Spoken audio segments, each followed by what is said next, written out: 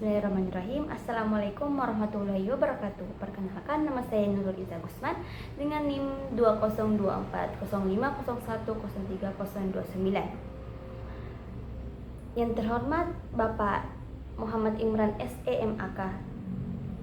Di sini saya akan membuat video untuk memenuhi tugas UTS Akuntansi Manajemen. Baik, di sini saya akan menjelaskan apa itu akuntansi manajemen.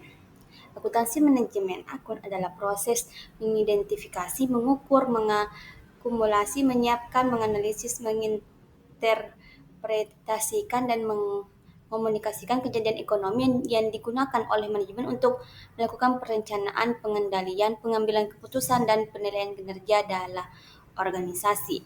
Nah, adapun peran akuntansi manajemen, secara umum, akuntansi manajemen membantu organisasi dalam mengelola biaya, merencanakan keuangan, mengontrol operasional, serta memfasilitasi pengambilan keputusan yang lebih baik. Nah, adapun tantangan akuntansi manajemen terdiri beberapa tantangan, yaitu yang pertama perubahan teknologi, dan yang kedua yaitu pengelolaan data, yang ketiga perubahan regulasi, yang keempat penyusutan teknologi, yang kelima kepemilikan intelektual, yang keenam kompleksitas globalisasi, yang ketujuh keamanan data, yang kedelapan kualitas data, yang kesembilan pemahaman konsep non keuangan, dan yang terakhir itu kompleksitas bisnis. Baik, kita lanjut ke slide selanjutnya, yaitu apa sih pengertian biaya dan pengertian manajemen biaya. Pengertian biaya yaitu adalah biaya didefinisikan sebagai pengorbanan sumber daya ekonomi yang diukur dengan suatu uang yang telah terjadi atau kemungkinan akan terjadi untuk tujuan tertentu. Sedangkan pengertian manajemen biaya, yaitu manajemen biaya adalah proses perencanaan, penganggaran, pengendalian, dan pelaporan biaya untuk memastikan sumber daya digunakan secara efisien dan tujuan organisasi tercapai. Fokus utamanya adalah menciptakan nilai tambah dengan biaya seminimal mungkin. Kita lanjut kepada slide selanjutnya, yaitu analisis cost, volume, and profit, yaitu CFP. CFP adalah metode analisis yang mempelajari dampak perubahan biaya tetap, biaya variabel, harga jual, dan volume penjualan terhadap perolehan laba perusahaan. Nah, break even point atau BEP adalah titik di mana pendapatan perusahaan sama dengan total biaya yang dikeluarkan, sehingga keuntungan atau kerugian sama dengan nol. Nah, adapun manfaat analisis CFP terdiri beberapa manfaat, yaitu adalah pengambilan keputusan, analisis resiko, oportunitas bisnis multiproduk, studi empiris perencanaan bisnis, dan yang terakhir itu adalah evaluasi proposal bisnis. Nah, di sini kita akan bahas terkait perencanaan laba. Perencanaan laba merupakan salah satu fungsi penting dalam akuntansi manajemen yang bertujuan untuk memperkirakan dan mengarahkan pencapaian laba perusahaan di masa depan. Nah, adapun perencanaan laba itu yang seperti adalah sales mix, itu komposisi penjualan produk, margin kontribusi atau contribution margin. Nah, brief even point, multiproduk, dan terakhir itu adalah target laba. Nah, adapun faktor internal dari perusahaan, yaitu adalah struktur biaya produksi, biaya tetap seperti sewa, gaji, depresiasi, biaya variabel seperti bahan baku, tenaga kerja langsung, listrik, produksi. Semakin efisien biaya, semakin kompetitif produknya.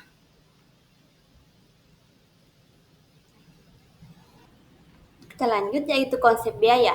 Nah, memiliki definisi oleh para ahli dari berbagai sudut pandang. Itu ada ada beberapa sudut pandang yang mengertikan konsep biaya itu seperti apa.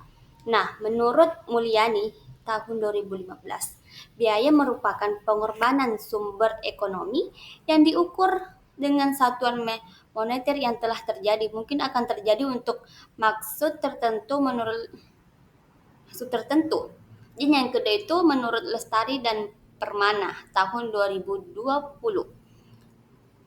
Menurut nilai ekuivalen kas yang dikorbankan untuk mendapatkan barang atau jasa yang diharapkan memberi manfaat bagi organisasi. Namun yang ketiga itu Horgren, Srikandi, N. George berpendapat adalah biaya merupakan sumber daya yang dikorbankan atau dilepaskan untuk mencapai tujuan tertentu. Nah, adapun klarifikasi biaya, biaya merupakan kumpulan informasi unit moneter yang dikeluarkan oleh entitas usaha untuk mencapai tujuan tertentu. Oleh karena itu, informasi biaya perlu dikelola sedemikian rupa agar bermanfaat dan memudahkan manajemen untuk mengambil keputusan. Nah, definisi mengambil keputusan jangka pendek dalam marketing. Di dunia bisnis, suatu keputusan yang diambil oleh pimpinan perusahaan merupakan suatu yang harus dilaksanakan dalam rangka mencapai tujuan perusahaan. Adapun konsep biaya relevan dalam pengambilan keputusan jangka pendek. Pertama itu perilaku biaya atau variabilitas biaya, yaitu biaya variabel dan biaya tetap. Dan yang kedua itu biaya kesempatan, opportunity cost. Yang ketiga avoidable cost and unavoidable cost, biaya yang pantas dipertimbangkan atau tidak. Yang keempat yaitu biaya masukan. Yang terakhir itu biaya diferensial. Nah, adapun langkah-langkah pengambilan keputusan jangka pendek memiliki beberapa langkah-langkah. Yang pertama, menyadari adanya permasalahan dan mendefinisikan permasalahan tersebut, mengidentifikasi alternatif-alternatif yang dapat digunakan untuk memecahkan masalah tersebut, mengidentifikasi perkiraan biaya yang akan dikeluarkan dan pendapatan yang akan diterima untuk setiap alternatif yang telah dipilih dan mempertimbangkan biaya dan pendapatan relevan untuk setiap alternatif, menilai dampak atau faktor kualitatif dari setiap alternatif tersebut terhadap tujuan perusahaan serta keseluruhan, memilih alternatif yang paling menguntungkan namun tidak bertentangan dengan tujuan perusahaan. Baik, itulah tadi penjelasan yang dapat saya jelaskan. Kurang dan lebihnya mohon dimaafkan. Wabillahi taufiq wal hidayah. Wassalamualaikum warahmatullahi wabarakatuh.